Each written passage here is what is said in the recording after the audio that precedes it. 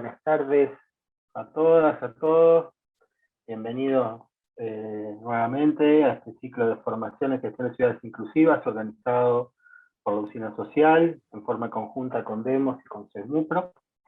Este es el encuentro número 20, en el marco de este ciclo de formación, y como lo hemos mencionado en otras oportunidades, el mismo se encuentra dentro del conjunto de actividades que se desarrollan en el Laboratorio de Ciudades en Construcción de la Usina Social. El Laboratorio de Ciudades es un espacio de trabajo que pertenece a la Usina Social y es un ámbito fundamentalmente orientado a la participación, a la reflexión y al estudio sobre los distintos temas que marcan la agenda de las ciudades y sus áreas metropolitanas también. En este espacio fundamentalmente trabajamos y nos planteamos cuáles son los nuevos desafíos que enfrentan las ciudades progresistas del siglo XXI, y desde ya que los invitamos a participar, a sumarse, a conocer lo que estamos haciendo a través de la página web de la Usina Social, nuestra institución. La Usina es una organización sin fines de lucro que fue creada por nuestro querido Miguel Lifshitz sobre finales del 2019.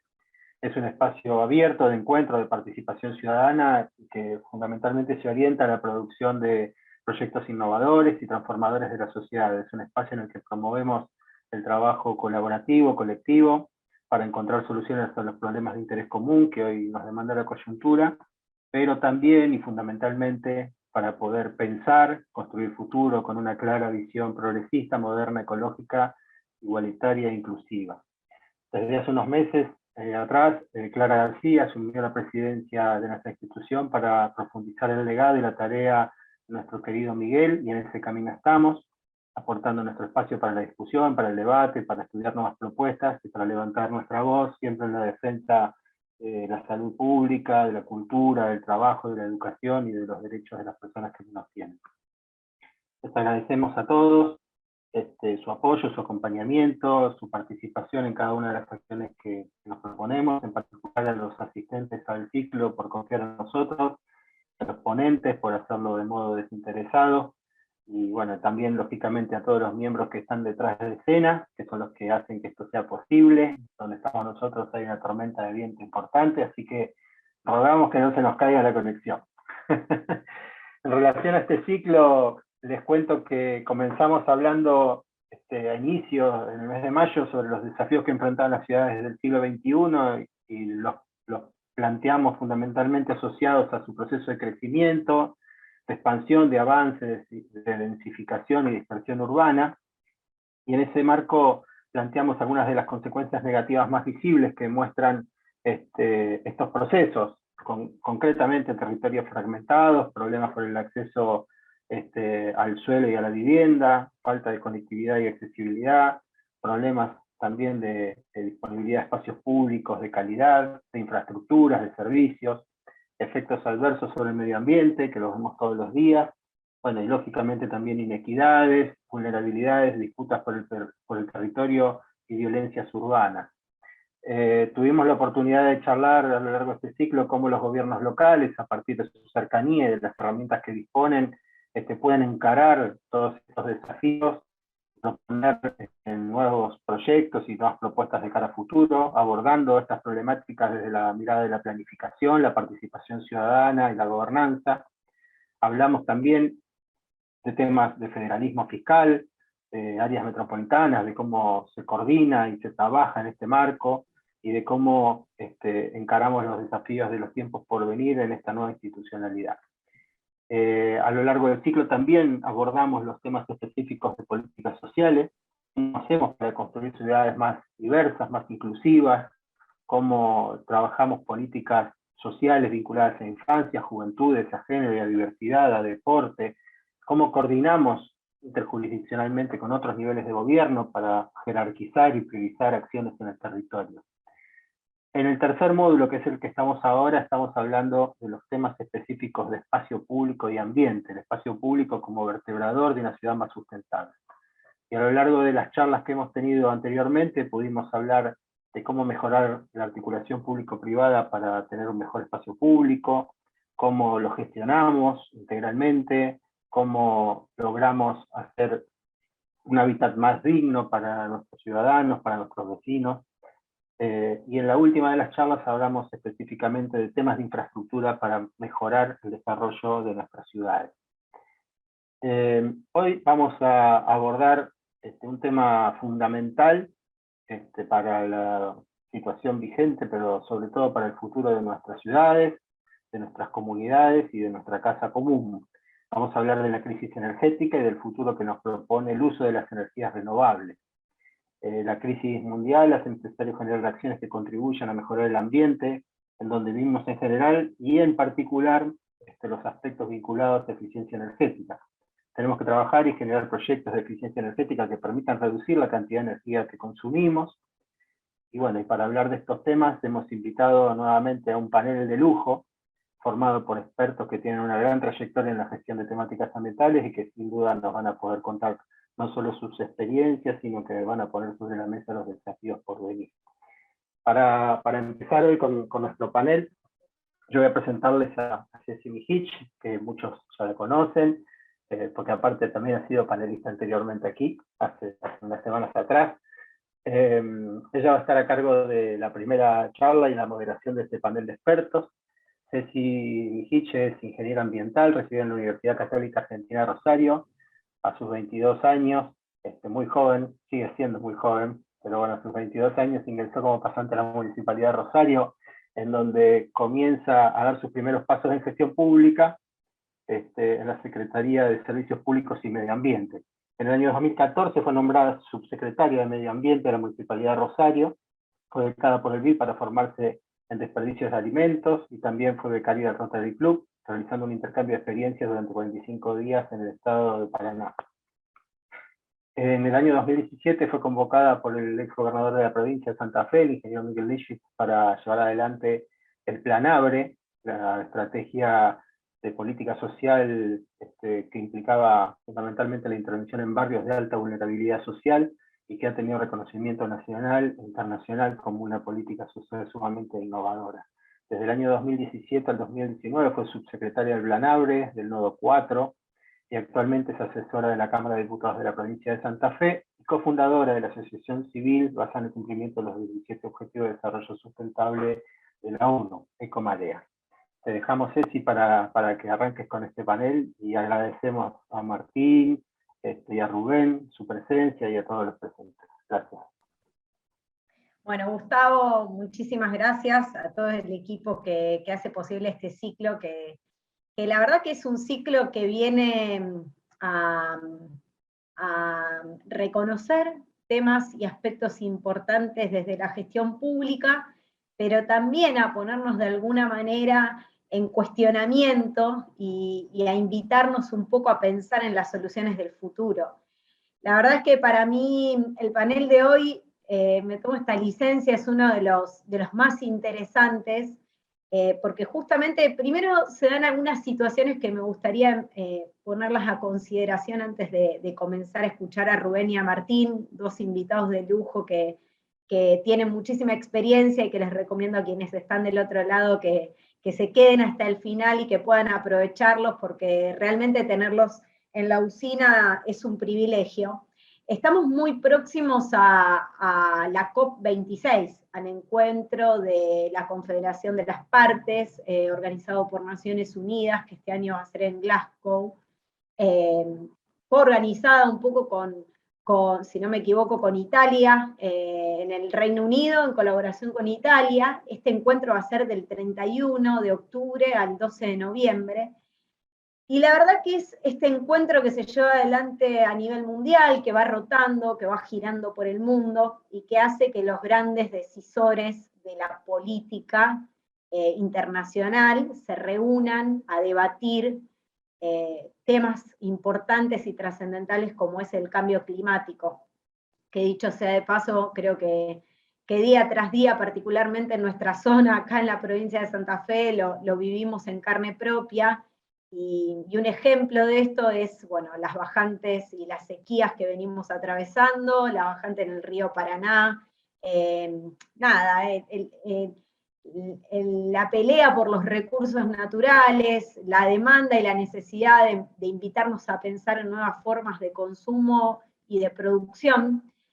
Y la verdad es que quisiera arrancar como con una reflexión. Llevamos el encuentro 26º a nivel internacional, en donde, vuelvo a repetir, los expertos del mundo llaman a quienes toman las decisiones a reflexionar, a pensar, a comprometerse. En lo personal creo que con metas interesantes, pero con pocos resultados. Venimos de estos encuentros años tras años, todos dicen preocuparse por el cambio climático, todos tenemos una meta, que es evitar que siga incrementándose la temperatura global del planeta, y la verdad es que quizás los países en desarrollo, como los nuestros, o en vías de desarrollo, somos los que más sufrimos estas consecuencias del cambio climático, y también quienes estamos esperando que quienes tienen a cargo sus decisiones más macro, de una vez por todas puedan empezar a llevarlas adelante y a generar condiciones para que gente como Martín, que desde su experiencia particular, desde su empresa, pueda tener mayores oportunidades, y creo que el Estado tiene una deuda pendiente con esto. Tiene una deuda pendiente en abrir estas oportunidades y sostenerlas en el tiempo, y hacer que para los ciudadanos sea un poco más fácil y más accesible empezar a incorporar nuevas tecnologías y también nuevas conductas que tengan que ver con el cuidado del ambiente. Yo, sin mucho más preámbulos, la verdad es que quiero presentar en primer lugar a Rubén Piacentini, al doctor Rubén Piacentini. Es doctor en física de la Universidad de París, director del Grupo de Física de la Atmósfera, Radiación Solar y Astropartículas del Instituto de Física Rosario, dependiente del CONICET y de la Universidad Nacional de Rosario, profesor honorario en la Universidad Nacional de Rosario, miembro correspondiente a la Academia Nacional de Ciencias Exactas, Físicas y Naturales, coordinador de la Comisión de Ambiente y Salud de la Academia de Ciencias Médicas de la provincia de Santa Fe, coautor y jurado de los informes de la Organización Meteorológica Mundial y del Programa de Naciones Unidas para el Medio Ambiente relativos al ozono y a la radiación solar ultravioleta, y jurado experto en los últimos 5 informes del panel intergubernamental sobre el cambio climático de Naciones Unidas. Así que nadie mejor que él para empezar este encuentro, ya que conoce bien desde adentro la cocina de esto que estuve compartiendo con ustedes, que tiene que ver con estos grandes debates internacionales sobre esta crisis climática. Voy a invitar a Rubén a que comience su exposición, y también contarles a todos quienes están presentes que vamos a tener la oportunidad de tener un diálogo con Rubén cuando él finalice su ponencia, y posteriormente vamos a tener con nosotros a Martín, que ya lo presento, que es un colega, Martín Paladini, es ingeniero ambiental, graduado en la Universidad Católica Argentina. En el 2013 fundó Susten Energías Renovables, empresa dedicada a realizar proyectos llave en mano de energía solar, y hoy transformada en Génesis Hydrokinetic, donde además de energía solar, desarrollan las únicas turbinas hidrocinéticas de Latinoamérica para la producción de energía eléctrica renovable a partir de la corriente de los ríos. Con lo cual, tenemos un experto, un físico, un investigador, un hombre que viene abriendo caminos hace muchos años en Rosario, a quien aprecio muchísimo y con quien he tenido la posibilidad de intercambiar innumerables encuentros desde la Municipalidad de Rosario, cuando Gustavo también fue parte de las gestiones de Miguel Lifchitz y de Mónica Fein a cargo de la Intendencia, y a Martín, que es un joven empresario que decidió poner al servicio del medio ambiente todo su conocimiento y todo su empuje y su emprendedurismo. Así que son 2 encuentros imperdibles, lo vuelvo a repetir, que además nos pueden dejar muchas alternativas y muchas soluciones para nuestra vida particular cotidiana, y también para implementar en nuestros municipios y comunas. Así que muchísimas gracias por estar presente. Bienvenido, Rubén, te doy primero la palabra a vos. Es todo tuya la sala. Muchas gracias por la invitación. Voy a tratar de incorporar ahora la presentación y les pido me confirmen si se ve en su despliegue total. Perfecto, Rubén. Yo la veo muy bien. Bien. Si llega a ocurrir, porque aquí la conexión es un poco inestable, me pasan los cursos que se corta, les pediría que me avisen, por ejemplo, por el WhatsApp, porque si no sigo hablando y no me escuchan, ¿no? Como me ha ocurrido en algunas clases. Muchas gracias a Gustavo y Cecilia por esta invitación para presentar un tema que, como bien dijeron ustedes, es de absoluta actualidad. En algunas semanas se van a reunir los responsables del mundo, y si bien ya la mayoría de la población mundial y aún las autoridades están convencidas, todavía algunas no. Recuerdo ayer haber visto por televisión un político que niega el cambio climático, y el argumento que da voy a justamente mostrar que es incorrecto. Así que es fundamental que se conozca este tema, tanto por las personas que tienen responsabilidades como por el público en general. Y justamente la primera de las presentaciones nos plantea un programa de análisis del tema, dado que el cambio climático es realmente un problema planetario. Recuerdan ustedes, la destrucción del ozono lo era. Bueno, por suerte, en ese caso fui miembro de la Comisión Internacional del Ozono, y en el 2006 hicimos un informe y redactamos que se había detenido la destrucción del ozono porque se habían comenzado a eliminar los contaminantes. Eso no está ocurriendo ahora con el cambio climático. Por eso es tan importante actuar en esta década para tratar de mitigarlo, para tratar de reducir al menos los problemas que está teniendo y prepararnos para el futuro. En este análisis vamos a presentar justamente los resultados del último informe del panel intergubernamental sobre el cambio climático de Naciones Unidas, que fue difundido a todos los habitantes del planeta y a la prensa en particular en agosto pasado. Y uno de los resultados más impactantes es justamente el que se muestra en esta gráfica, donde está la evolución desde el año 1, comienzo de la era cristiana, hasta prácticamente el presente, del cambio en la temperatura promedio mundial. Si ustedes se fijan acá, dice 0, 0,5, 1. En realidad la temperatura era del orden de 14 grados en este momento, y fue manteniéndose en este milenio primero aproximadamente constante, como ven aquí, pero luego fue disminuyendo. Y el político decía que estábamos en un mínimo. Está atrasado algunos siglos, porque ese mínimo ocurrió aquí, pero fíjense ahora, desde el comienzo de la revolución industrial, y se ha acelerado mucho más en las últimas décadas, la temperatura ha comenzado a crecer rápidamente, y estamos ahora del orden de 1 grado y algo, más que esa media anterior. Y modelos matemáticos se han realizado para verificar si realmente somos los humanos los responsables, eliminando idealmente en un modelo la contribución de los humanos. ¿Qué hubiera pasado en el planeta si no hubiera habido esa contribución de los famosos gases de efecto invernadero? Y lo que hubiera habido es este comportamiento. Hubiera continuado prácticamente de la misma manera, o sea, no se hubiera incrementado tanto la temperatura. Este es un argumento clave de que el dióxido de carbono, el metano, el óxido nitroso y otros componentes que van a la atmósfera, llamados gases de efecto invernadero, están colaborando para calentar el planeta. Aquí observamos ese calentamiento en las últimas décadas, entre el 1950 y el presente. Como vemos, efectivamente se ha incrementado el orden del grado, estamos en esta situación ahora. ¿Y cuál es la proyección futura?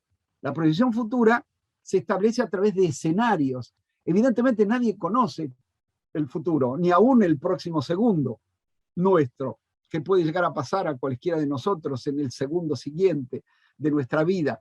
Pero sí se pueden hacer pronósticos proponiendo escenarios de comportamiento humano, esencialmente debido a la tecnología, pero también cómo nos vamos a nosotros comportar en relación con el planeta.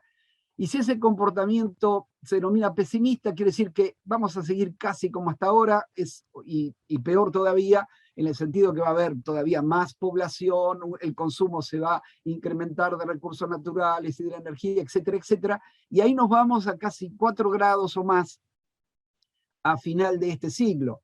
Un comportamiento intermedio que vamos a hacer algo, pero no mucho, está indicado aquí, entre 2, 3 grados, casi 4, y un comportamiento que se han comprometido los países en el famoso Acuerdo de París de 2015, es que lleguemos a fin de siglo a 2 grados, y si fuera posible a 1,5 grados, como lo están indicando estas curvas, que van desde el presente hasta fin de siglo.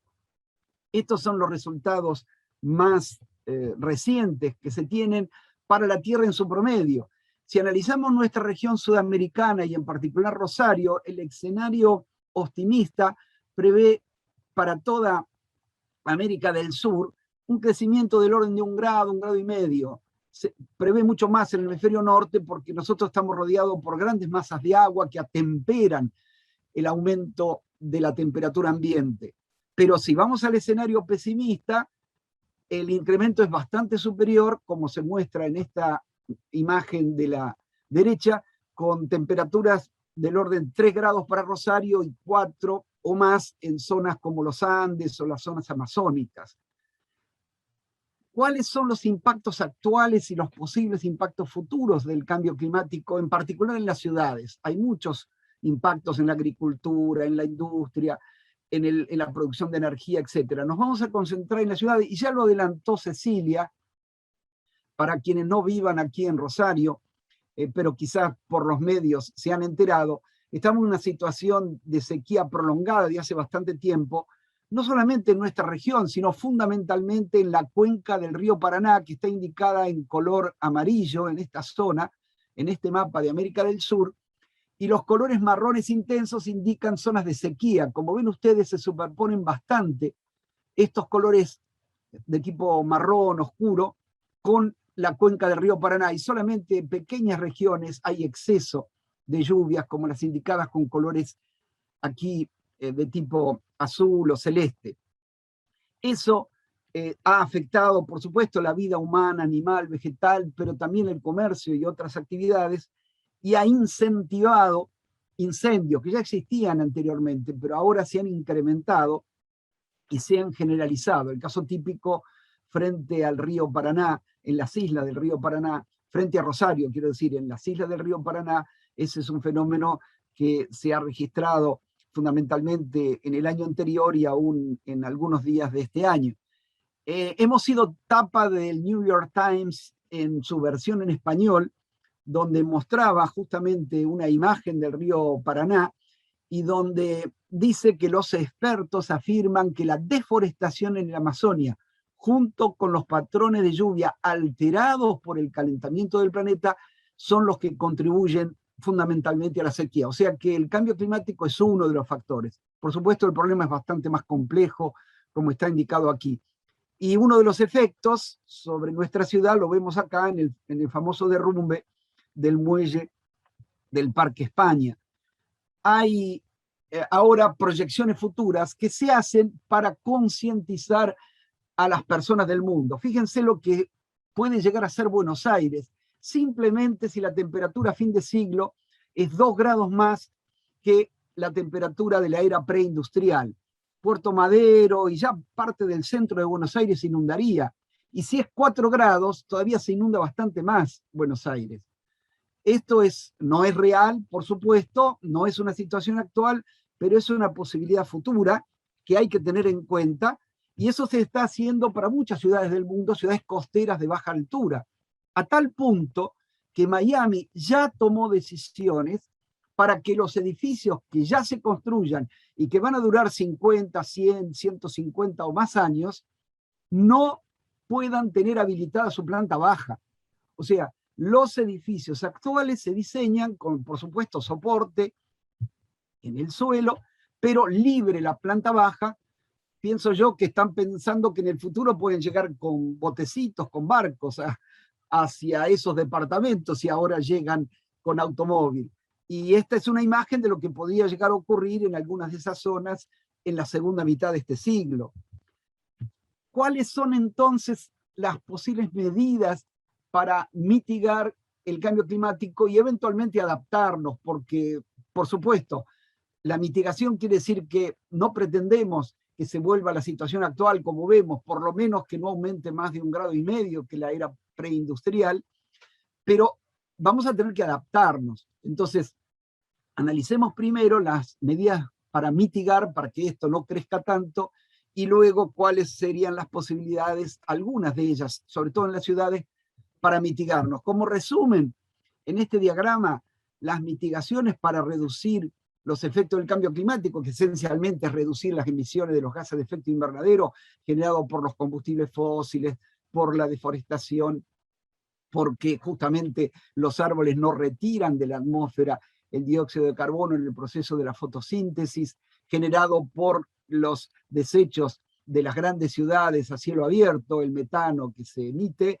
la fermentación agrícola cuando es hecha con compuestos de nitrógeno, el óxido nitroso que va a la atmósfera y muchos otros responsables de la emisión de estos gases. La captura de carbono sería una manera, en lugar de que una chimenea, por ejemplo, vaya hacia el cielo, esos gases dar vuelta y que vayan bajo tierra. Eso se está investigando. El uso de energías renovables, solar, eólica, del agua, geotérmica, biomasa. El uso de transporte sostenible o sustentable, basado en electricidad, en hidrógeno y hasta en aire comprimido, como ya existe algunos medios de movilidad y hay proyectos al respecto. Y la adaptación es que hay que reforestar cultivos que tienen problemas cuando la temperatura aumenta, modificarlos por otro tipo de cultivos o cambiarlos. Hay un gravísimo problema en América Central en estos momentos con el café, que es muy sensible a aumentos de temperatura, y se ha visto una entrevista de la BBC a un padre de un hijo que dejó a su familia y que se fue a caminar. Ustedes habrán visto la famosa emigración de los centroamericanos hacia México con la idea de llegar a Estados Unidos. Bueno, uno de ellos, al menos, y seguramente mucho más, es producto, son los famosos emigrantes climáticos, productos del cambio climático. Y las propuestas de mitigación son varias, ya se enunciaron al comienzo en la introducción. Algunas de ellas, lo que vamos a hacer es profundizar sobre todo las energías renovables, pero antes de cambiar las energías o de incorporar energías renovables, tenemos que pensar en la eficiencia, en el uso de la energía, pero también de los demás recursos naturales, el aire, el agua, el suelo, la flora, la fauna. En lo que respecta a la energía, tenemos que ser muy cuidadosos aún de las energías que contaminan, porque cuanto menos la empleemos, menos vamos a complicar con el cambio climático y aún menos vamos a contaminar el ambiente. Estas fuentes energéticas no renovables son el petróleo, el gas y el carbón, y las renovables las mencionamos anteriormente. Y entonces hay que ser eficiente en todos los casos, aislando viviendas y edificios, usando movilidad que no consuma combustibles contaminantes, bicicletas, vehículos eléctricos y de otro tipo, reduciendo el consumo y minimizando la contaminación de los recursos naturales, lo que decíamos recién. Pero minimizar el consumo es clave y al mismo tiempo reducir la contaminación. Si tenemos que hacer un máximo esfuerzo para cambiar las fuentes no renovables por renovables, pasar a estas energías que, como su nombre le indica, renovables quiere decir que perduran en el tiempo, no se agotan. Y eso, la idea es hacerlo en las construcciones y en los medios de movilidad y en todos los sistemas que requieran uso de la energía. Un punto clave es educar desde la más tierna infancia hasta las personas que se reciclan.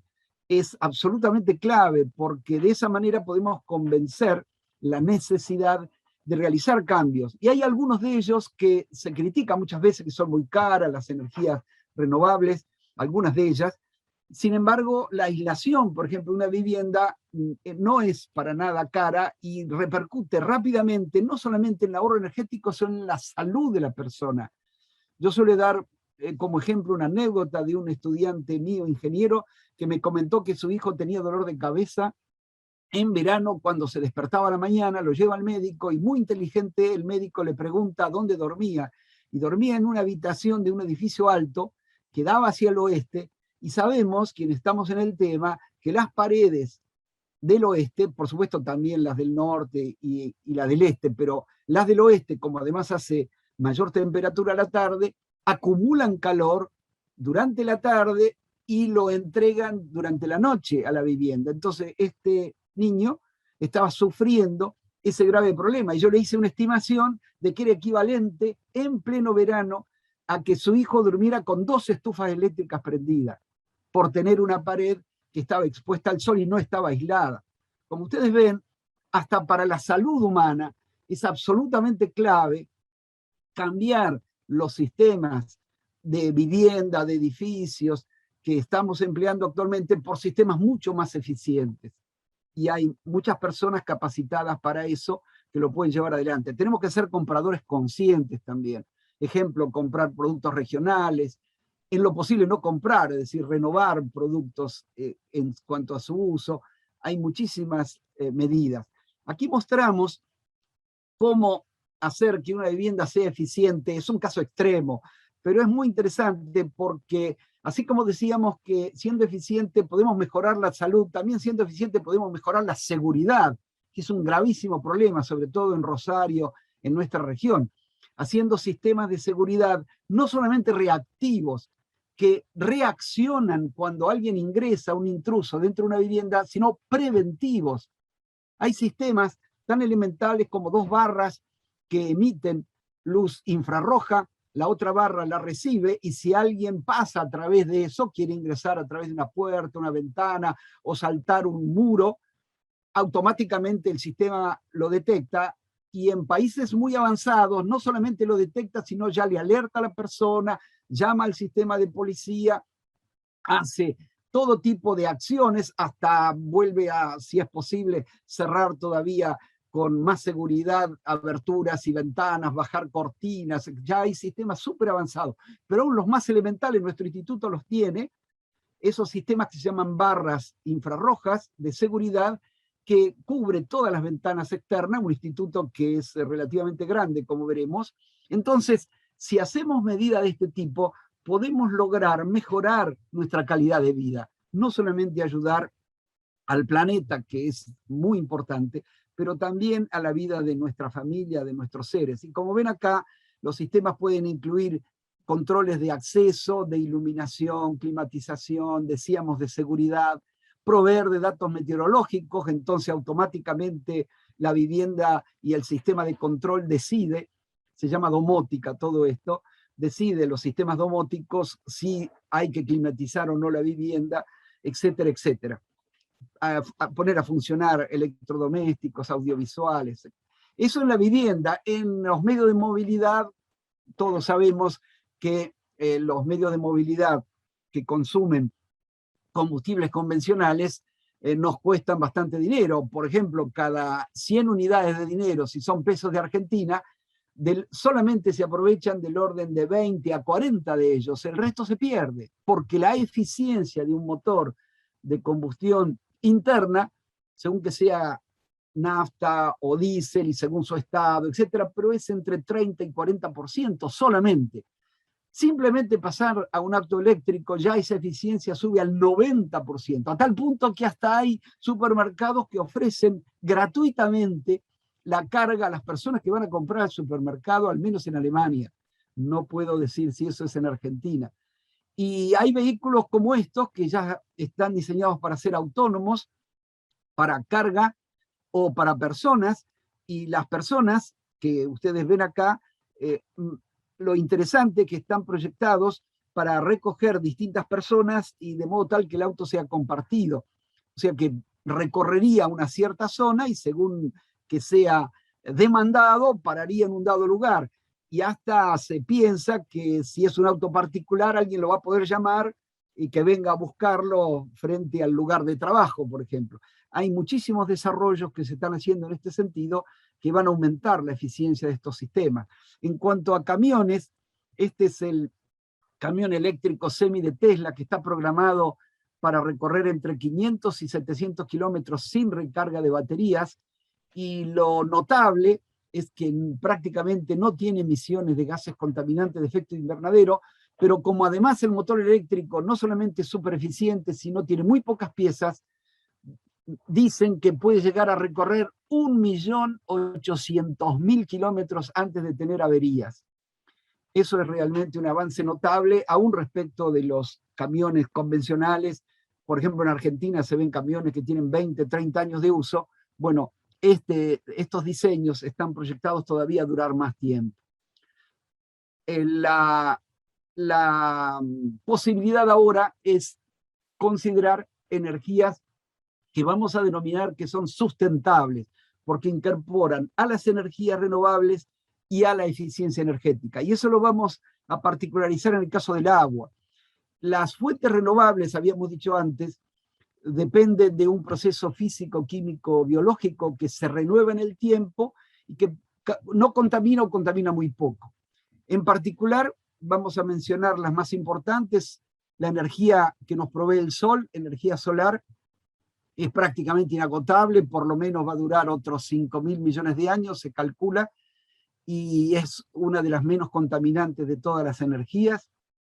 La eólica, que proviene del viento, que es el aire en movimiento por diferencia de temperatura, y que evidentemente se aprovecha en las zonas donde hay disponibilidad, como la zona patagónica argentino-chilena, o el caso del sol, podemos aprovecharla en nuestra zona de la pampa húmeda hasta la zona norte y aún la zona sur.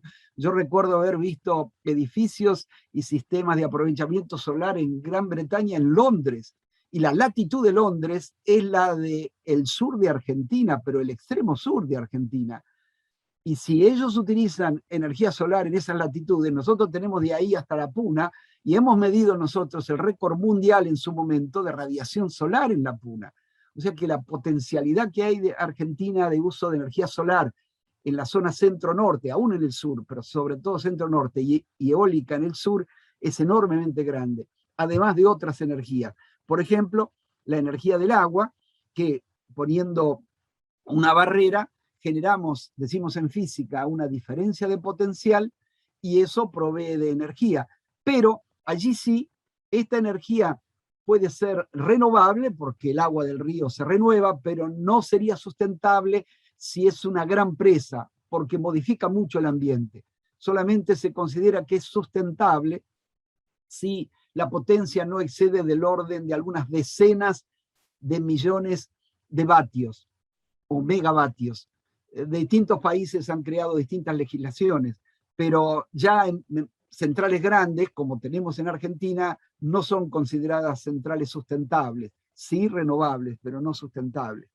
Otra energía que podemos aprovechar es la geotérmica, que todos sabemos, un sótano no es ni muy cálido en verano ni muy fresco en invierno, atempera la temperatura exterior. Justamente eso se aprovecha con un circuito que puede contener aire directamente, que viene del exterior y ingresa al interior de la vivienda luego de haber pasado por la zona debajo de la vivienda o al costado a través de tubos, o bien un circuito de agua que también se emplea para estos fines.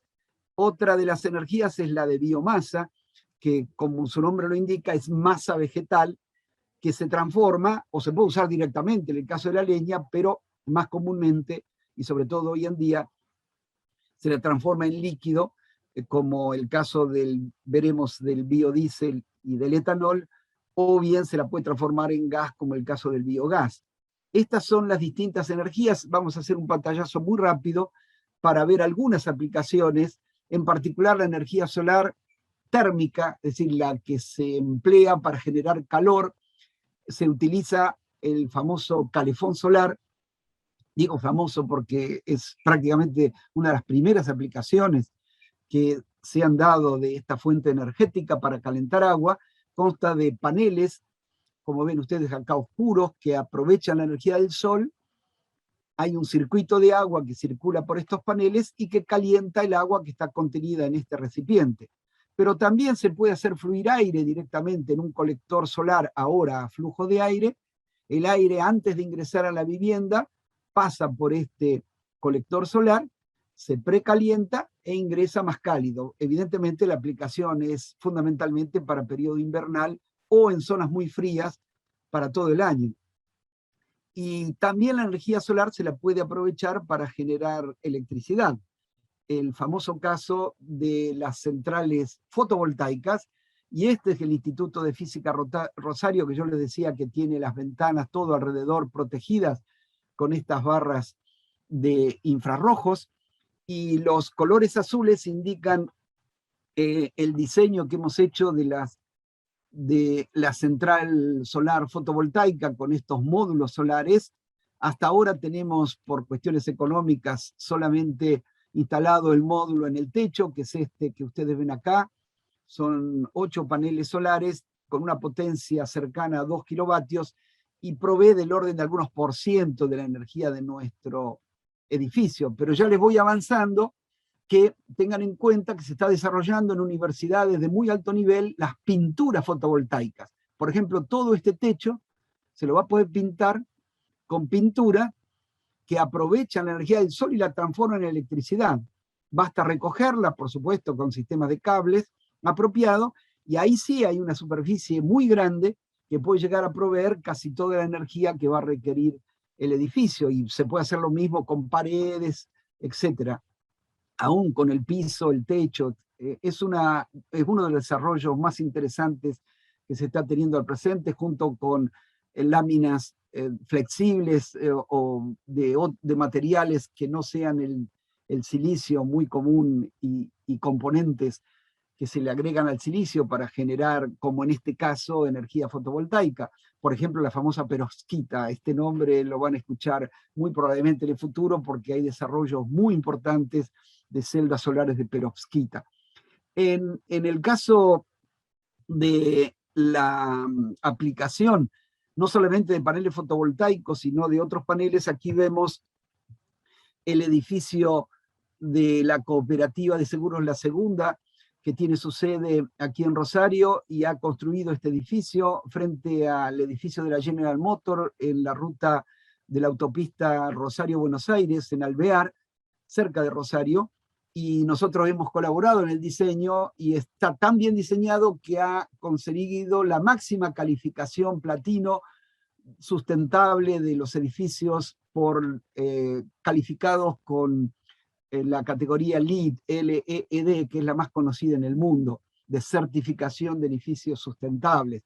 Y no solamente posee paneles fotovoltaicos, sino tiene techos verdes, como ustedes ven acá, tiene zonas del agua artificial, retardador de inundaciones y seguridad frente a incendios, tiene distintos criterios, por supuesto, eficiencia energética, captación de energía geotérmica, y bueno, y todo eso ha hecho que esta certificación le haya otorgado la máxima calificación posible a este edificio. Rubén, disculpa que te interrumpa, te quedan 10 minutitos. Sí, muy bien, muchísimas gracias. Justamente voy a presentarles, si me permite el sistema pasar, sí, a otra aplicación interesante que fue desarrollada en Santa Fe. Fue la primera central fotovoltaica de la provincia de Santa Fe, en San Lorenzo, y que genera tiene una potencia del orden de 1.1 megavatios, entonces genera algo más de 1 millón de megavatios por hora de energía eléctrica, y puede ser empleada para proveer de energía eléctrica a una ciudad. No solamente la ciudad en sí puede generar energía eléctrica, sino recibirla de otro lugar. Y justamente nosotros hemos hecho un estudio para ver cuál sería la superficie del Centro Científico Tecnológico, que tiene más de una decena de edificios, más de 1000 personas trabajando aquí en Rosario. Es el Centro Científico Tecnológico de CONICET en Rosario, donde está nuestro Instituto de Física y FIR, que acá indicamos, y hemos hecho la estimación de, utilizando los techos, las zonas de estacionamiento, lugares que están a cielo abierto, no todos los lugares, sino parte de ellos, y con eso lograríamos del orden del 35 al 40%, dependiendo de la eficiencia de los paneles y de distintos factores, ¿no? pero una fracción significativa podría ser aportada por energía solar fotovoltaica. Y aunque parezca mucho,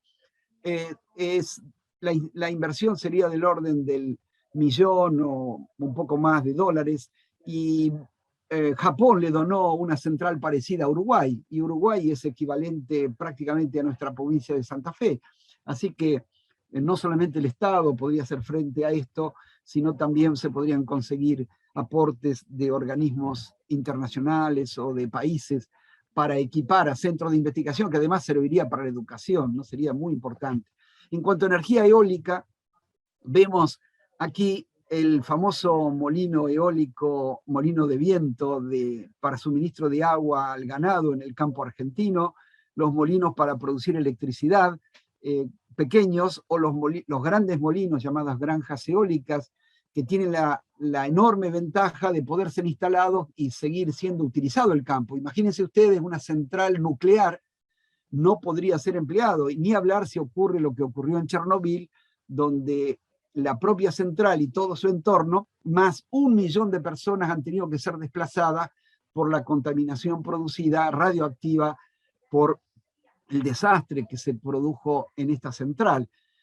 Aquí vemos el crecimiento en tamaño y en potencia de los molinos eólicos, y el que actualmente está en funcionamiento más potente del mundo está en el puerto de Rotterdam y tiene una potencia del orden de 12 megavatios y puede generar energía para del orden de 16.000 hogares. En cuanto a la energía del agua, decíamos antes que es necesario establecer, si se quiere aprovechar de un río que circule y no como lo va a mostrar Martín, que permite que el agua siga circulando sin necesidad de una barrera, pero en el caso de las barreras, de los diques, es la altura que cuenta y el caudal de agua que hace funcionar una turbina, y como decíamos antes, se considera renovable solamente en el caso que no supere unas decenas de megavatios. Las mareas también pueden producir energía porque la diferencia entre alta mar y baja mar se aprovecha, como en el caso de la central de mareas de la Rance en Francia, y hay otras posibilidades que va a explicar Martín.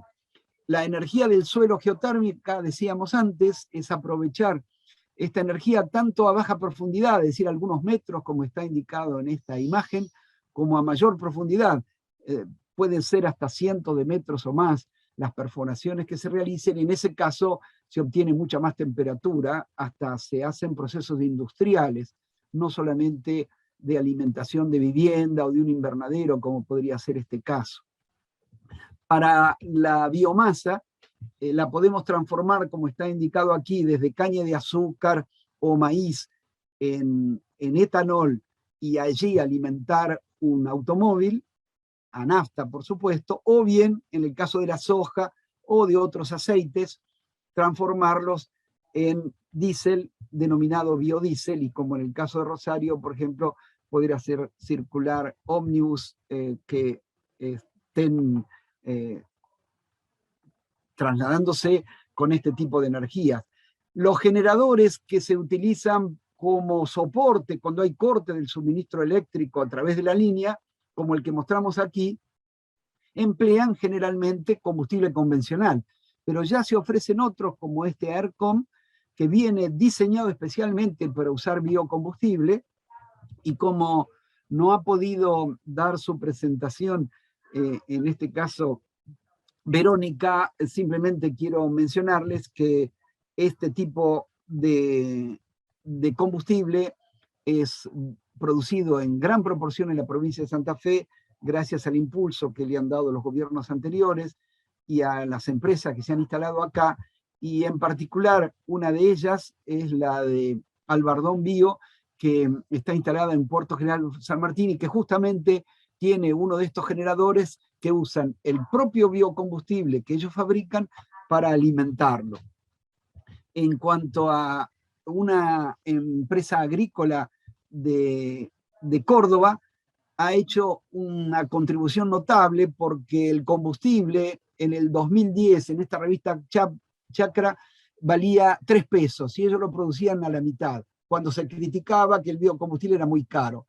Pero claro, ellos, el resto de la soja, porque solamente el 18 o 20% es aceite y se aprovecha todavía una fracción de eso para biocombustible. El resto se usa para otros fines. Y lo que queda son proteínas. Entonces, haciendo todo el círculo, lograron producir combustible a la mitad de precio del combustible convencional. Fíjense qué interesante, entonces, es una aplicación como la que están haciendo estas personas. Y para terminar, en Rosario se puede mitigar también la isla de calor, que toda ciudad grande es una isla de calor, o sea, es más cálida que el entorno. Con agricultura urbana, y ha recibido un premio internacional, no muchos lo conocen, es el equivalente a un Oscar de la Academia para las películas, los filmes, o el premio Nobel para los científicos.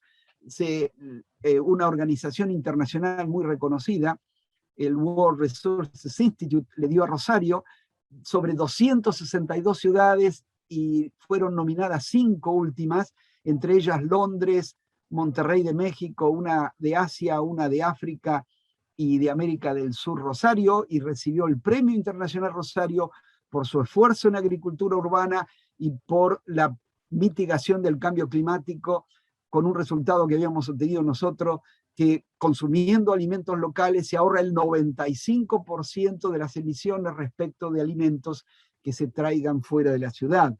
Y fíjense cuánto podemos ayudar si la Plaza Montenegro, que es plaza seca, que está toda pavimentada, la cubriéramos de verde. Hemos medido 40 grados debajo de esta viñonia rosada, que es un arbusto, cuando aquí medimos 70 grados en pleno verano. Se puede hacer un huevo frito en el otro lugar. Y la propuesta que hacemos para esa zona es hacer túneles como estos, fíjense, hasta podrían ser de atractivo turístico, como se ve aquí, con plantas, no es necesario que sean árboles, que pueden cubrir toda la región y tendrían, además de un factor de control de la temperatura, un impacto de tipo cultural de interés turístico. Y por último, muestro un análisis que hicieron la arquitecta magíster Laura Bracalenti y el profesor Iris Zimmerman de la Universidad Nacional de Rosario respecto de cómo debería Rosario expandirse. Si continuamos con la expansión de viviendas individuales, tanto de countries o zonas privadas como de personas de bajos recursos que se le hacen viviendas, pero individuales, se satura rápidamente Rosario y está analizado por la Organización Mundial de la Salud que los 2.000 millones de personas más que va a haber en el mundo de aquí al 2050 van a ser personas que van a ser ciudadanos. La mayoría de ellos va a vivir en ciudades. Entonces, casi todas las grandes ciudades del mundo se van a tener que duplicar de aquí al 2050. Y eso quiere decir que entonces tenemos que pensar en un Rosario con habitabilidad concentrada, fundamentalmente, y sí dejar espacios verdes para permitir infiltraciones, para reducir el problema de las inundaciones, etcétera, etcétera. Con esto quiero terminar dando un informe. Esto es simplemente, como el tiempo ya no me queda, mencionarles que también hay que adaptarnos.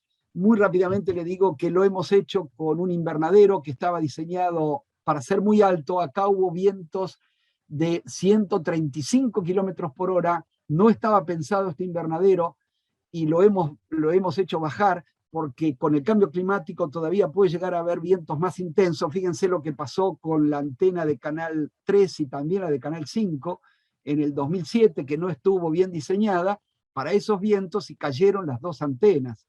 Eso mismo le podría ocurrir a este invernadero si estaba diseñado inicialmente con una superficie muy, muy alta. Y las canaletas van a tener que diseñarse, porque si no inundan edificios y eso crea enormes problemas en computación, como nos ha pasado en nuestro centro científico-tecnológico. Esto es lo último que quería mencionarles y cierro pidiendo que debemos contribuir para mejorar nuestro mundo y dejarle a las generaciones futuras un mejor planeta Tierra, y esto lo pido no solamente para los chiquitos del mundo, sino también para mis 7 nietitos y nietitas. Muchas gracias. Bueno, Rubén, muchísimas gracias, un placer como siempre. Dejo el espacio para quienes quieran hacerle alguna pregunta, consulta a Rubén. Mientras tanto, Rubén, yo te quiero hacer una consulta, una pregunta para compartir con quienes están hoy acá. Y pensando un poco de cara a este encuentro, a la COP26, me gustaría preguntarte si tuvieses la posibilidad de meterte ahí en la cabecita de los presidentes, ¿qué crees que debería suceder como muy rápido, por lo menos a nivel país, a escala de nuestro país, de la República Argentina? ¿Qué decisiones crees que debería tomar rápidamente el presidente de la Argentina para contribuir positivamente en esta lucha contra el cambio climático? Rápido, breve. Sí, cómo no. Como decía al principio, empezar por la eficiencia energética. La Organización Internacional de Estandarización, la famosa ISO, que es general, es el equivalente de nuestra IRAN nacional, dice que si se aplicara la norma ISO 50000, que en realidad es una serie, se reduciría el 60% de la energía que se desperdicia en el planeta. Entonces empecemos por ser eficientes. Y por supuesto después empecemos también con las energías renovables, que dependerá del lugar geográfico, de la disponibilidad, de los costos. Hay que ayudar al máximo a que se traten de llevar adelante y reanalizar, readaptar los edificios, los sistemas de movilidad existentes, porque no vamos a poder cambiar todos los edificios, todas las viviendas, los tenemos que adaptar. Bueno, actuar sobre ellos en la mayor medida posible. Hay muchísimo por hacer. Le doy un simple ejemplo.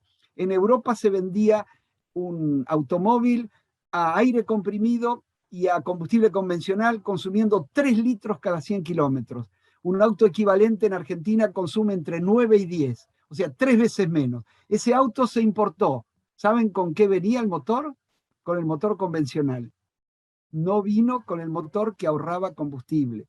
Entonces, urgentemente, los que tienen disponibilidad de crear leyes, ordenanzas, nuevas disposiciones, tenemos que primero crearlas y luego hacerlas cumplir. Bueno, Rubén, muchísimas gracias por estar nuevamente junto a nosotros acá en la Usina Social. Y ahora sí le doy la palabra a Martín Paladini. Martín, ingeniero ambiental, creador de esta turbina que nos tiene a todos ahí un poco expectantes, hidrocinética vinculada a la corriente de los ríos y también presentando las alternativas de la mano de las renovables. Martín, muy bienvenido, buenas noches ya casi. Bueno, buenas noches, Cecilia, muchas gracias por la invitación. Mucha presión venir después de Rubén, la verdad, y un orgullo, la verdad. Muchas gracias por eso. Bueno, como presentador, yo voy a hablar un poquito en general de algo más aplicado a la parte técnica directamente a práctica, ¿sí? Aplicado a las renovables, sobre todo solar, a la práctica, y un poquito de lo que es la turbina que estamos desarrollando nosotros. Así que paso a compartir pantalla. Me dicen ahí si se está viendo, supongo yo que sí. Muy bien. Perfecto, bueno, se ve, Martín. Buenas noches de vuelta. Como ya presentó Cecilia, yo soy ingeniero ambiental y soy uno de los fundadores de Genesis Hydrokinetic, que bueno, ya le voy a comentar un poquito de qué se trata esto de hydrokinetics y hidrocinética, traducido al español. Pero bueno, primero decir que la verdad que el tema del nombre viene un poco de decir de Génesis, porque es un poco volver a los inicios, o sea, la energía hidráulica, la hidrocinética, desde los primeros aprovechamientos de energías renovables que hemos hecho los seres humanos, y así que un poquito por eso es que nos llamamos Génesis. Primero me gustaría hablar un poquito de energía solar aplicada a viviendas. Bueno, lo que es, si bien ya habló bastante Rubén de esto, pero lo paso un poquito quizás más rápido. La energía solar es la verdad que bastante fundamental en este nuevo paradigma y en el desarrollo de las renovables, no solo porque bueno, es muy popular, sino que es muy popular también porque es la más fácil, la que hoy en día es una de las más fáciles de aprovechar, ¿sí? En cualquier techo, en cualquier vivienda, y el sol está en todos lados, obviamente dependiendo de las latitudes donde se ubique cada ciudad, cada vivienda. pero bueno, en general está disponible en todos lados, ¿sí? Y tiene bastantes aplicaciones, como por ejemplo lo que es la energía solar térmica, que es para el calentamiento de agua principalmente, o como decía Rubén, para la calefacción a través de aire, o mismo a través del calentamiento de agua para calefacción, ¿sí? Es decir, podemos aportar energía con unos colectores solares para precalentar agua, para que luego entre una caldera, y esa caldera que se puede alimentar a energía eléctrica o a gas o a lo que sea, consuma menos de esa fuente de energía no renovable, y consume un 50% menos, ¿sí? Y ese agua, una vez calentada, usar en radiadores, proceso radiante y demás, y lo mismo con lo que es aire. La energía solar térmica, la que más, por ahí la que más se está viendo, sí, hoy en día. Voy a hacer una cosita. La que más, uy, me pasé, se me fue para, la más común, o sea, la que vemos los termotanques en todas las casas. Después tenemos la fotovoltaica, que es, como decía Rubén, la producción de energía eléctrica directamente. Ahora me voy a centrar un poco más en esa que en la térmica, porque la térmica para entrar mucho en detalle podemos ir muy largo, pero no tiene grandes secretos. Y bueno, otra de las aplicaciones que se está usando mucho, sobre todo en el último tiempo, es lo que es la climatización de la pileta. Es una alternativa a lo que es la solar térmica, ¿no? Pero bueno, es una aplicación que por ahí no se conoce mucho, pero ayuda a amortizar más el tema de la pileta, el uso de la pileta, y a extender más, y no es requerimiento de una caldera a gas, ¿sí? En lo que es la energía solar fotovoltaica, aplicada a viviendas residenciales principalmente, porque obviamente tiene un montón de clasificaciones el uso de lo que es la fotovoltaica. Después está la clasificación de los componentes que hacen al sistema, pero en lo que es uso podemos clasificar lo que es generación distribuida, generación centralizada o comercial, ¿sí?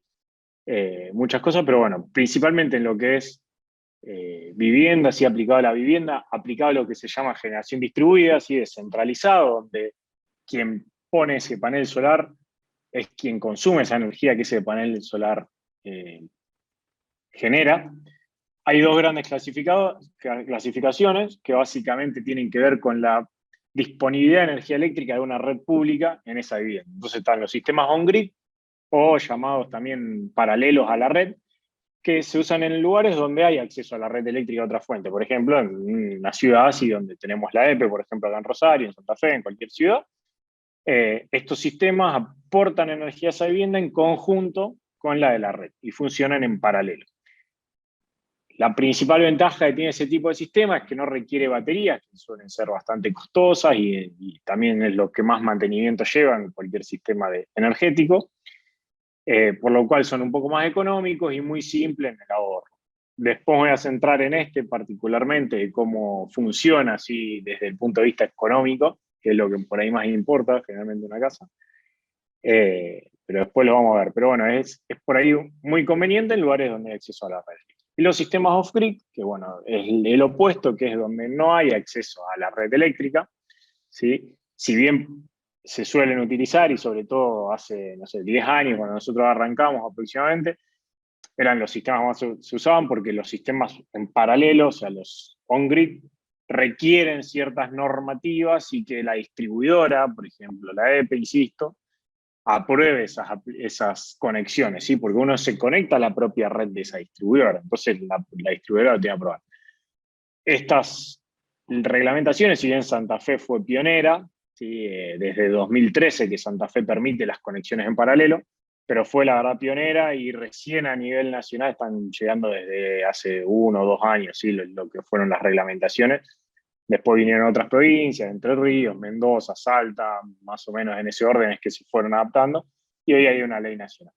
Entonces, lo que se hacía antes, se hacían los sistemas, por más que las casas estaban conectadas a la red, se hacían los sistemas off-grid, que hace una microred dentro de esa casa, aislar ciertos consumos, por ejemplo, luces, heladeras, lo que sea, luces de emergencia, aislarlos de la red y alimentarlos con un sistema solar independiente de esa red.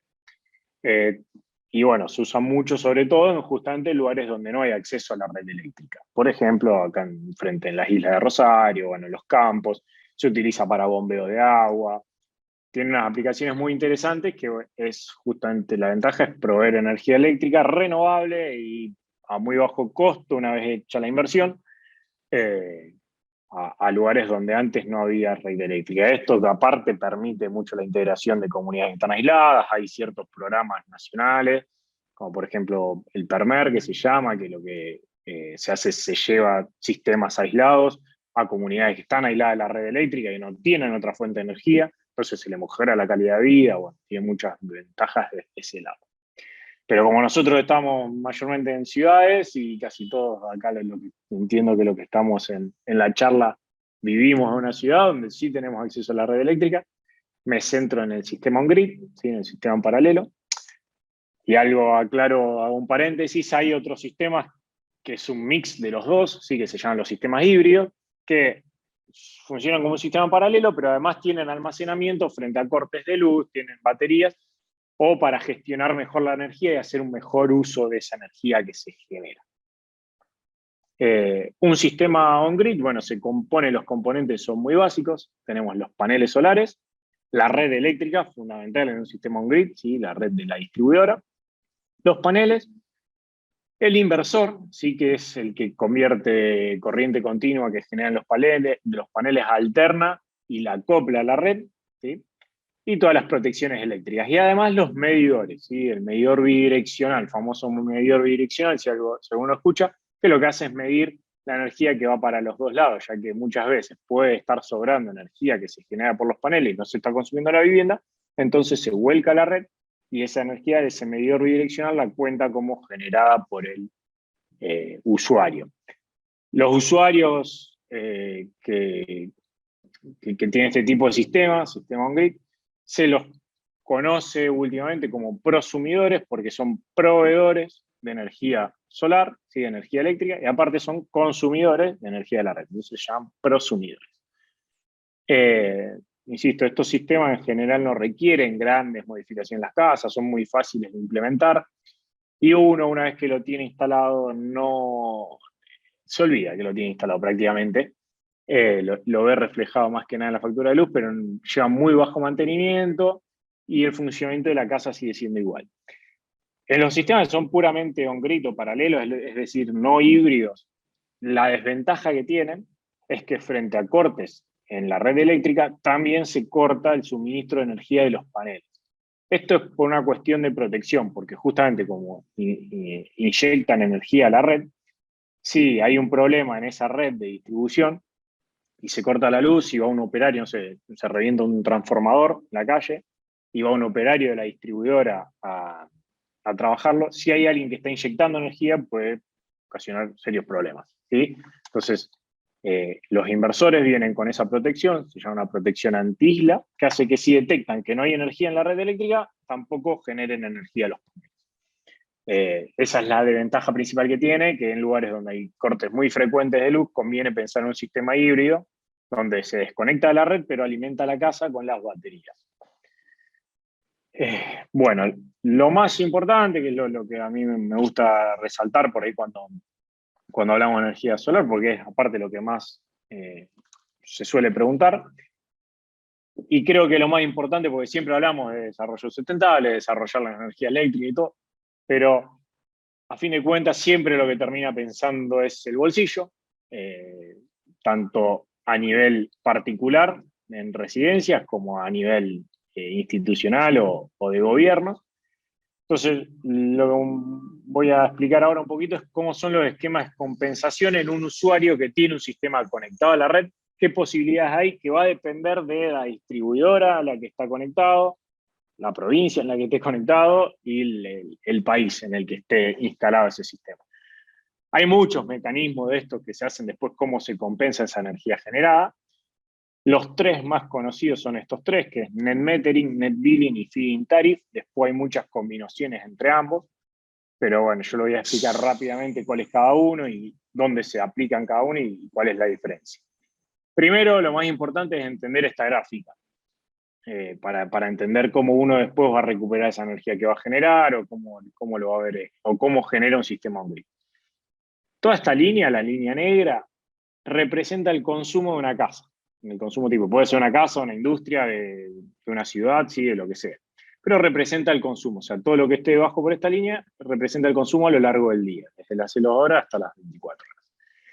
La línea roja representa lo generado por un sistema solar. Como ven, la desventaja que tienen los sistemas solares, en comparativa de las turbinas que vamos a ver más adelante, durante la noche no generan energía y durante el día generan picos, sobre todo al mediodía. Y tienen estos picos bajos que si pasa una nube, obviamente esto es un asoleamiento bastante típico, pero esta curva puede ser más baja o más alta, dependiendo de la potencia instalada que se tenga y de la radiación que haya en este momento, pero las curvas suelen ser así de generación, donde están los picos al mediodía. ¿Qué pasa en esta situación? El usuario, y encima esta no vendría a ser una curva tan de una vivienda, ¿sí? Porque en generar una vivienda, sobre todo al mediodía, baja el consumo de la vivienda cuando menos consumes al mediodía, pero bueno, vamos a suponer este caso. Entonces, tiene un exceso de energía este usuario, ¿sí? Está generando más de lo que está consumiendo. La lógica sería, esto se inyecta a la red, como vimos en este esquemita, ¿sí? Esta es la energía que va para la red y después se descuenta. Pero bueno, eso depende cada esquema de lo que estamos viendo, cada esquema de compensación, que puede ser net metering, net billing o demás.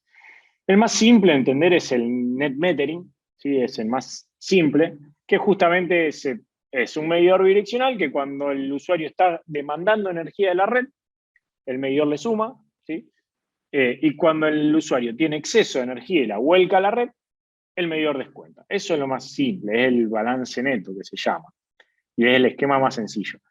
El tema es que este esquema tiene algunas desventajas con las distribuidoras. Entonces, por ahí no se instrumenta mucho. Pero bueno, hoy es a lo que se tiende. El tema es que la distribuidora en estos casos suele perder energía, porque lo vamos a ver ahora en el net billing.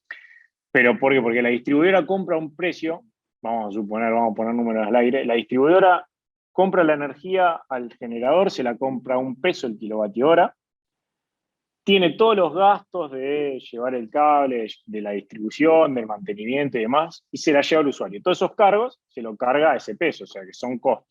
Entonces al usuario se lo vende, vamos a decir al aire, a $3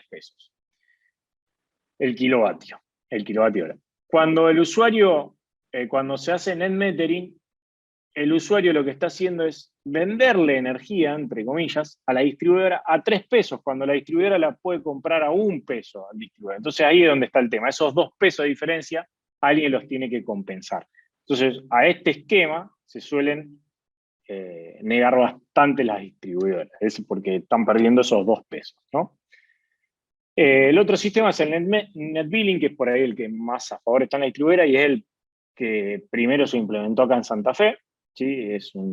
Y en Entre Ríos, y casi todas las provincias que fueron implementando la generación distribuidora, conexión en paralelo, fueron implementando este tipo de sistema, ¿sí? Donde, ¿cómo es el sistema? La distribuidora cobra por toda la energía consumida por el usuario, ¿sí? No importa si la que consumió la consumió en horas de sol o no, sino toda la consumida, y luego le descuenta la energía generada al precio al que compra la distribuidora al mayorista, ¿sí? Entonces, este tipo de esquema, al que menos ayuda, es al prosumidor, es al usuario. Por ahí no le conviene tanto porque el ahorro que va a tener es mucho menor. Hay varias formas, por ejemplo, está la ley nacional, justamente, y hoy está el programa ERA, que bueno, ahora se modificó un poquito acá en Santa Fe, pero la ley nacional, ¿qué establece? Un mix, ¿sí? Entre lo que es net metering y net billing. Es decir, que cuando el usuario consume la energía en el momento que la está generando, esa energía que consumió se le descuenta el precio que la pagaría la distribuidora, a $3, por ejemplo. Pero la que tuvo en excedente no se le descuenta a $3, se le descuenta a $1 porque es la que cobra la distribuidora. Esto es el caso similar a lo que es la ley nacional que hay hoy en día de generación distribuida y al que se van adhiriendo casi todas las provincias. Es un intermedio para que queden todos medianamente satisfechos, ¿sí? Quizás no es lo mejor para incentivar las renovables, pero bueno, es hasta que se vayan acomodando ciertos patitos, es por ahí una de las mejores alternativas. Y obviamente la que es la mejor alternativa para...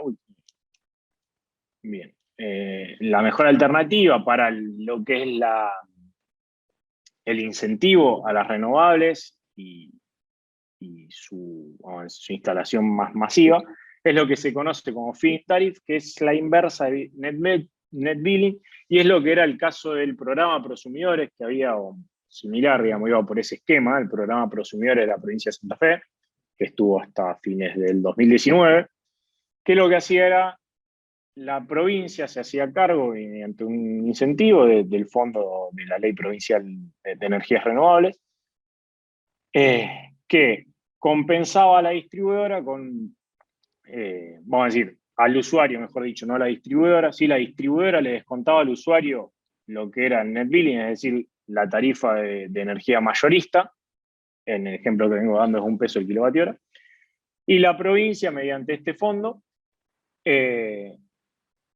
aportaba o incentivaba al usuario aportándole un poco más del precio del que él pagaba la renovable. Entonces, por ejemplo, la distribuidora le reconocía $1 y la provincia o la Secretaría de Energía le daba sobre ese peso $2 o $3 más al usuario. Entonces, por toda la energía generada por el usuario, energía renovable generada por el usuario se ahorraba en el comienzo, cuando arrancó, $5,50. Hoy los prosumidores debe estar cerca de $12, ¿sí? El kilovatio hora, pero al ejemplo al ejemplo que vengo dando de 1 y 3, serían unos $4 por kilovatio hora que se ahorraba. Entonces, este sistema que hacía, beneficiaba mucho al usuario y hacía que se recupere muy rápido la inversión. Obviamente, ahí estamos en un país que no es muy estable, y el dólar quizás creció mucho más de lo que crecieron las tarifas, entonces por ahí casi todos los sistemas solares están a precio dólar, entonces bueno, si uno empieza a hacer el balance, van quedando medio retrasados de esos incentivos, pero siguen estando por arriba de lo que es el valor del kilovatio hora que paga el usuario a la distribuidora. Estos tres, a ver, lo quería repetir rápido, no sé si se lleva a entender un poco, pero es para que uno tenga una idea de qué tiene que analizar cuando va a hacer una inversión en renovables para su vivienda, sobre todo en energía solar en paralelo, qué tiene que estudiar justamente, cómo después se le va a reconocer esa energía, cómo la ahorrar, si quiere ir por los caminos legales que hay que ir, porque hay mucha gente que se conecta sin declarar y es otra historia, pero no es lo correcto. Entonces uno tiene que conocer eso para estudiar a ver cómo va a hacer ese ahorro, cómo va a recuperar la inversión que está haciendo, y a lo largo de todo el tiempo, ¿no? Y esos son los tres esquemitas más conocidos y más difundidos que hay en cuanto a la compensación. Eso es lo que es energía solar. Ahora sí, paso a lo que estamos haciendo nosotros principalmente. Si bien venimos haciendo solar hace 10 años, pero en los últimos años le estamos dando más hincapié a esto, que es a la hidrocinética. Que primero quiero hacer esta diferenciación, ¿sí? Que para saber qué es hidrocinética hay que saber primero qué es la energía potencial y qué es la energía cinética, son las dos energías más fundamentales, ¿sí?, de cualquier sistema. Lo que es la energía cinética, lo digo muy rápido y que se entienda muy a lo criollo, pero es la energía del movimiento, energía asociada al movimiento, un cuerpo que se mueve tiene energía.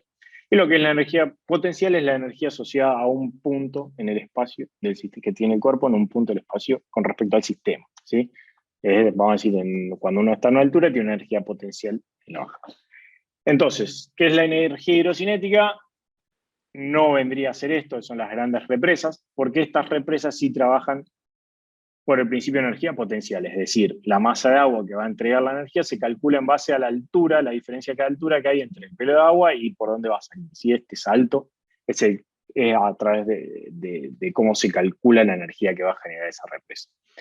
Sino que por el contrario, la energía cinética es la energía de libre circulación del fluido, del río, ¿sí? Estaría aprovechado. Entonces, desde el punto de vista, como decía Rubén antes, de sustentabilidad, no solo de renovables o no renovables, no afecta al curso de agua, ¿sí? No hay que hacer ninguna afectación, ninguna modificación en el curso de agua, entonces se puede considerar también sustentable, obviamente siempre teniendo en cuenta las escalas.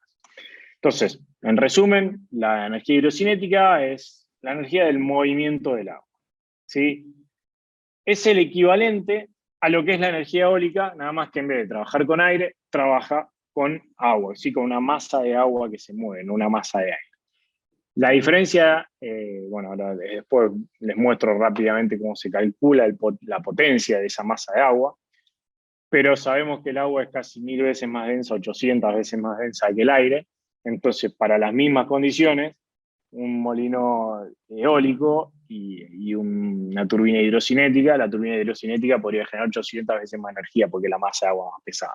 Entonces, eso que hace que los tamaños de las turbinas, de las palas, sean un poco más chicos y las velocidades a las que trabaja, porque el agua se mueve mucho más lento también que el aire, sean también mucho más bajas y obteniendo una buena producción energética. Bueno, como les decía, esto sería la masa de aire que mueve el molino eólico, en este caso es una masa de agua, ¿sí?, que mueve la turbina. El potencial que hay en el mundo en cuanto a la energía hidrocinética es difícil de estimar. Les puedo decir que a lo que es la hidráulica tradicional, hoy estamos hablando que hay cerca de 1300 gigavatios instalados de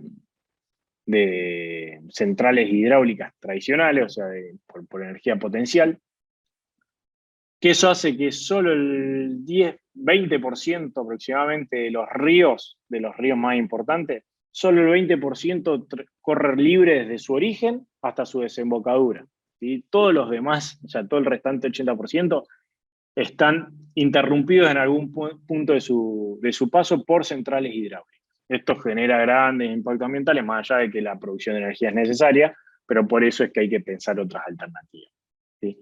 Entonces, el potencial teórico, por ahí que es el más fácil de calcular de lo que es la hidrocinética, corresponde a 6 veces más de la potencia instalada de las hidráulicas, es decir, a 6.200 gigavatios, ¿sí? Solo en ríos, porque la hidrocinética también se considera la de las mareas, que nombraba Rubén, la de las corrientes oceánicas y la de las olas. Eso ya llevaría mucho más.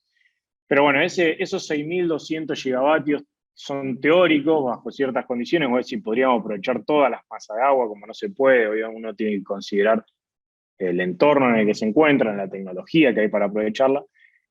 Podemos estimar que hoy, con la tecnología que hay, son unos 310 gigavatios, ¿sí? Pero estos 310 gigavatios pueden abastecer el 20% de la demanda actual de energía eléctrica en el mundo, ¿sí? Es muchísimo, para que se tenga idea.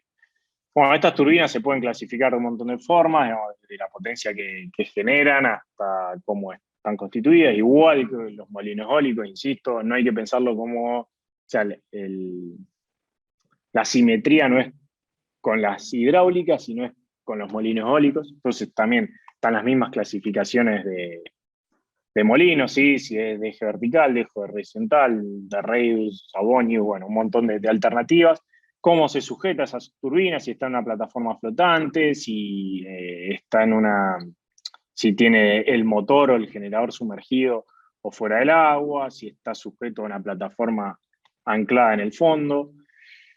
Bueno, los tipos de turbina, como decía, eje horizontal, eje vertical, bueno, un montón de alternativas que son muy similares a los eólicos. Nosotros hoy tenemos desarrollada una turbina de eje horizontal, tripala, ¿sí? Y montada sobre una plataforma flotante. Esa plataforma flotante obviamente es opcional, ¿sí? Y está pensada para ríos de hasta 2 metros por segundo de velocidad, en verdad son ríos muy, muy rápidos, ya 2 metros por segundo, sino está diseñada para el óptimo funcionamiento a una velocidad del río de 1,4, 1,5 metros por segundo, que es la velocidad del río Paraná, funcionalmente. Bajo esas condiciones, la potencia entregada por la turbina que tenemos hoy, que la idea es ir agrandándola, ¿sí? Pero vamos a decir, a la velocidad del río Paraná estaría entregando entre 1,5 y 2 kilovatios de potencia. Pero esa potencia genera energía las 24 horas del día. Esa es la principal diferencia con un sistema solar que, como vemos, tiene esta curva. La turbina hidrocinética puede generar estable a lo largo de todo el día. Entonces puede aportar energía de base, o sea, potencia de base, y es mucho más predecible. Si tiene mucho más predicción, uno puede estimar las bajantes o las sequías o las crecientes con mucho tiempo de anticipación. Se puede estimar cuánta energía va a generar con mucho tiempo de anticipación.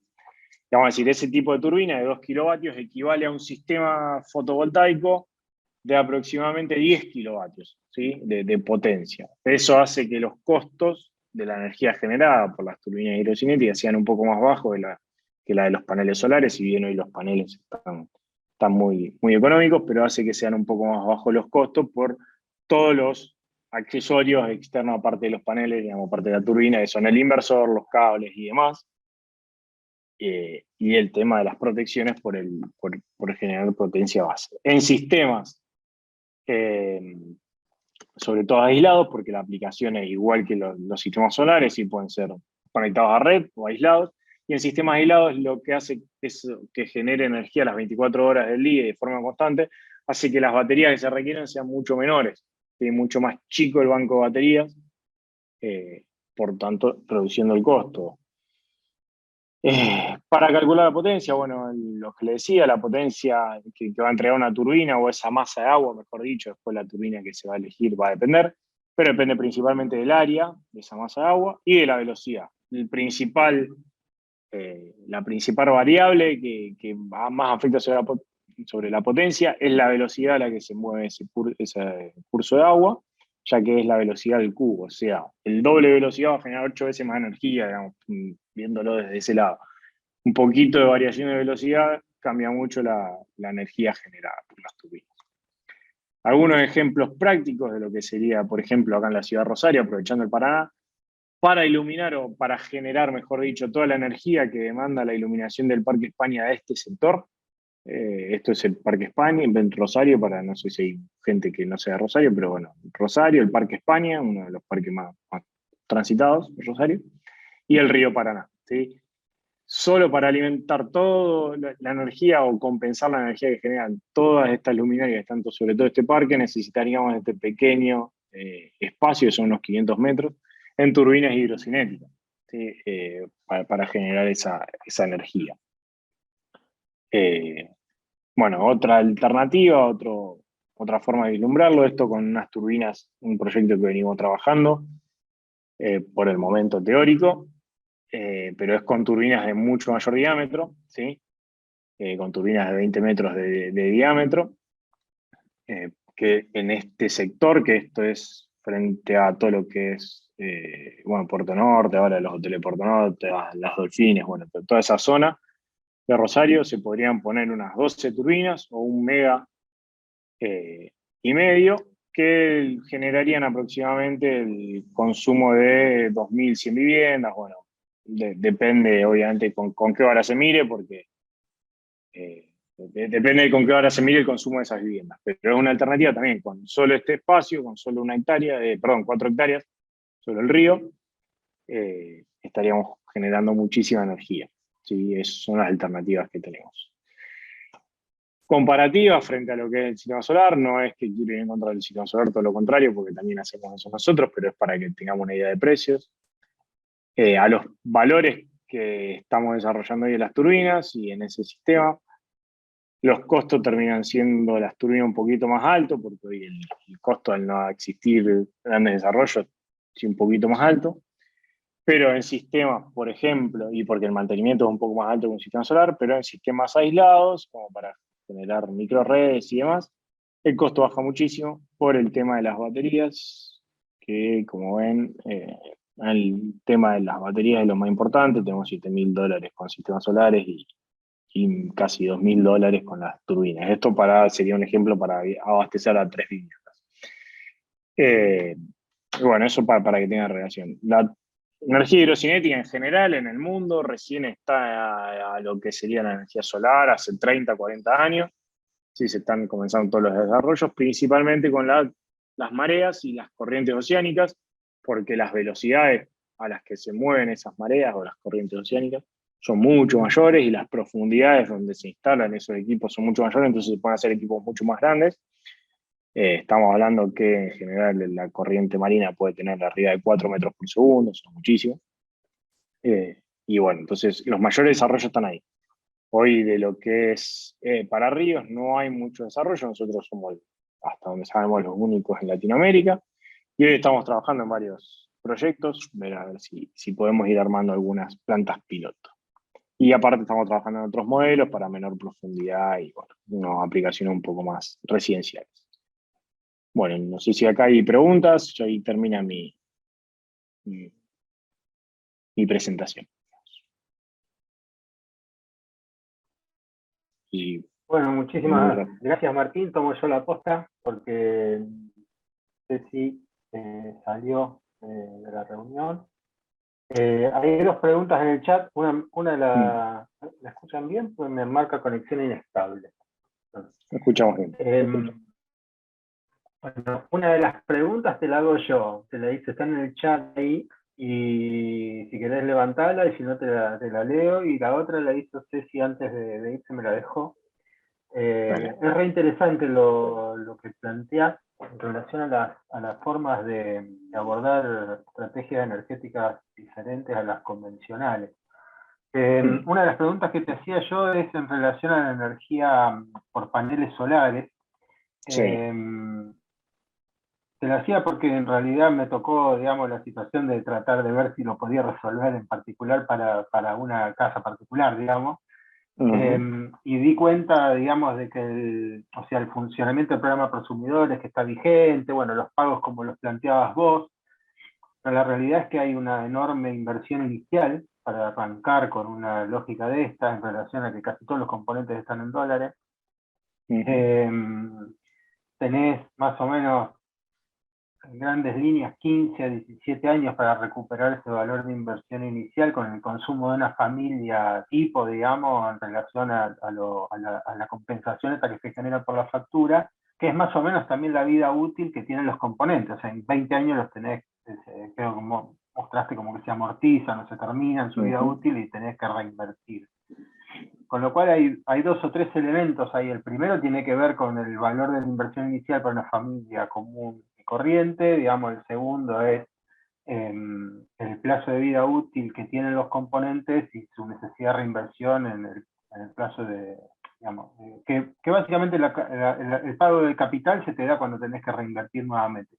Entonces la pregunta es, ¿qué pueden hacer los gobiernos? Porque en definitiva, de última, tiene que ver con eso. ¿Qué cosa hace un gobierno para poder fomentar que esto ocurra, digamos, y se pueda generalizar en el marco de una comunidad, digamos, que hoy tiene otra matriz, otra forma, otra lógica, digamos?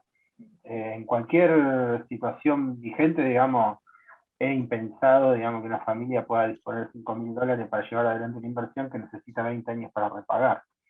Entonces, bueno, ¿qué cosas te parece que puede generar, o qué herramientas te parece que podría generar un gobierno que debieran ser lógicamente accesibles a la comunidad y que debieran tener la lógica de una política de Estado, porque también para jerarquizarla y darle la escala que necesitan para abordar esta temática de sustitución?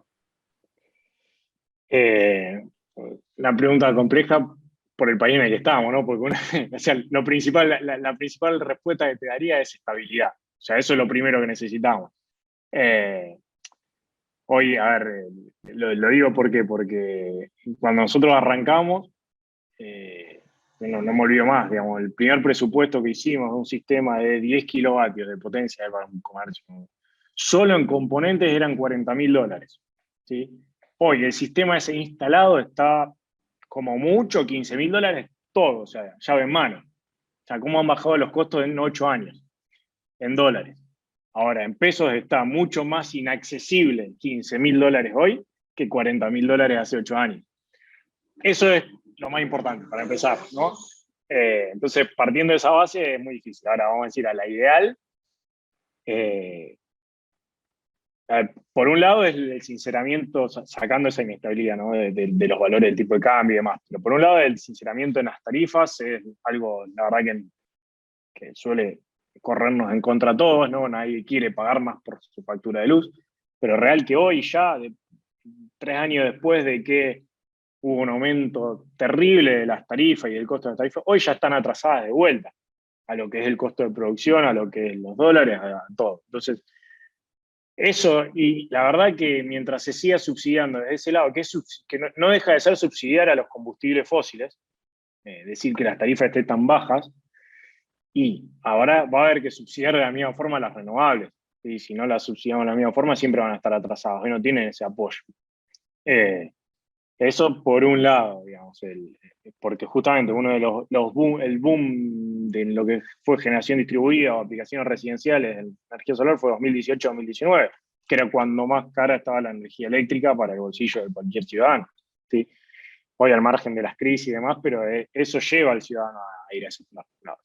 Y después, más allá de los esquemas que yo planteaba, que si bien Prosumidores fue muy importante, un esquema de feed-in tariff que insistía muchísimo en la inversión, porque en su momento, cuando arrancó Prosumidores 2, 2018, estoy hablando justamente por esta cuestión del sinceramiento de las tarifas, del valor del dólar en ese momento, el valor de los equipos en ese momento y todo, pero calculábamos el retorno de inversión a 6 años, ¿sí? En ese momento, en Prosumidores, cuando se largó Prosumidores 2 en 2018.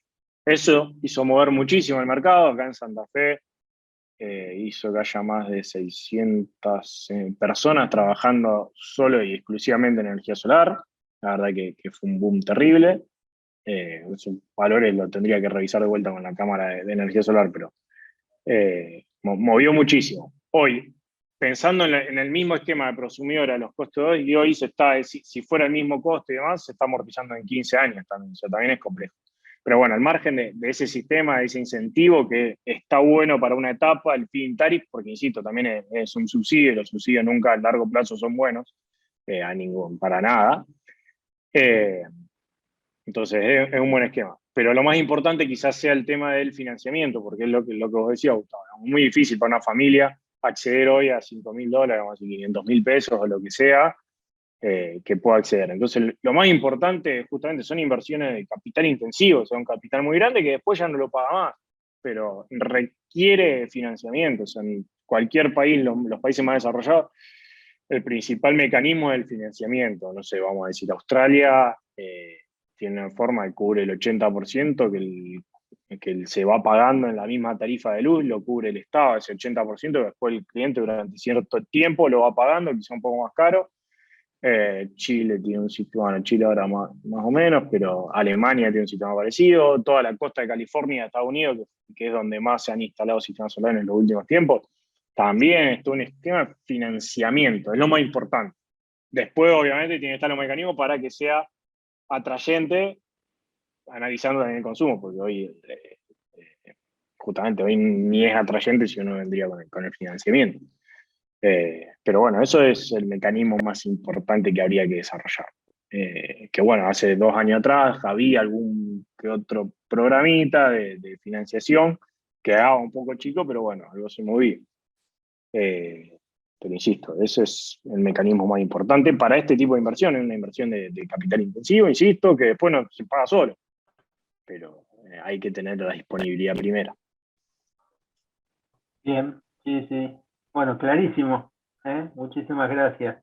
La otra pregunta que hizo ahí Ceci fue en relación a los elementos componentes de estas tecnologías.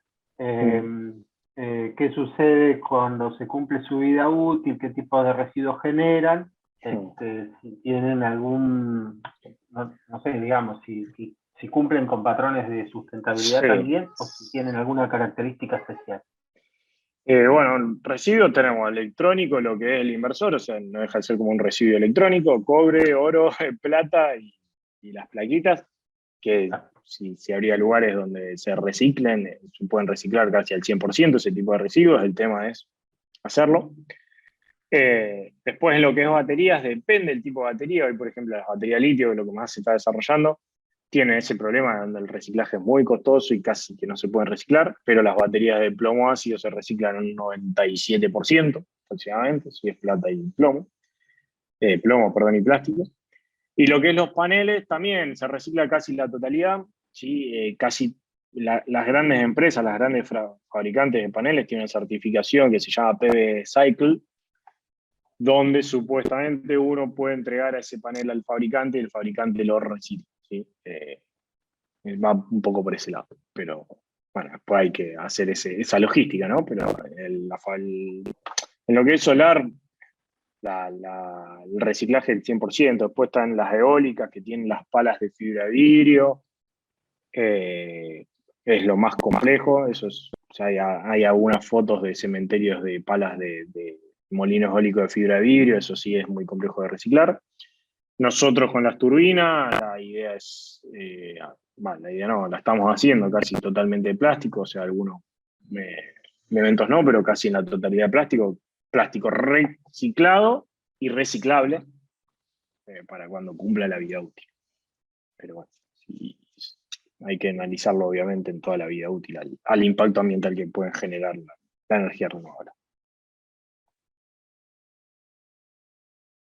Muchísimas gracias. Ya estamos casi sobre la hora. La verdad es que fue realmente muy interesante tu participación y también la de Rubén en particular. Rubén también nos abandonó porque tenía otra actividad que nos había avisado, así que bueno. Bueno, agradecerte el haber estado con nosotros, el habernos acompañado, y bueno, lógicamente a disposición para seguirnos viendo y seguir trabajando aquellos temas que podamos identificar para el futuro. Por eso te preguntaba también qué rol tiene el Estado en todo esto, porque me parece que es muy relevante, digamos, que a los que trabajan en el sector privado fomentando este tipo de herramientas y de instrumentos tengan una política de Estado que los apoye y los ayude para poder justamente desarrollarla y generalizarla. Así que bueno. Muchas gracias a ustedes por la invitación. Bueno, y a todos los presentes también agradecerles el haber estado y bueno, invitarlos para la próxima charla, el jueves próximo, que vamos a empezar un nuevo módulo. El módulo que inicia es el último, el cuarto, y vamos a hablar todos temas vinculados al desarrollo económico, aspectos más duros, tributarios, aspectos vinculados a los temas de las estructuras productivas, la administración productiva, empleo, bueno, todos temas que también hacen al desarrollo de las ciudades en términos productivos fundamentalmente. Gracias por acompañarnos, nos vemos en la próxima instancia, gracias a los alumnos de siempre que están firmes todas las semanas, más allá de las dificultades y de que hay otras actividades en paralelo. Bueno, gracias a todos y nos vemos en la próxima. Hasta luego.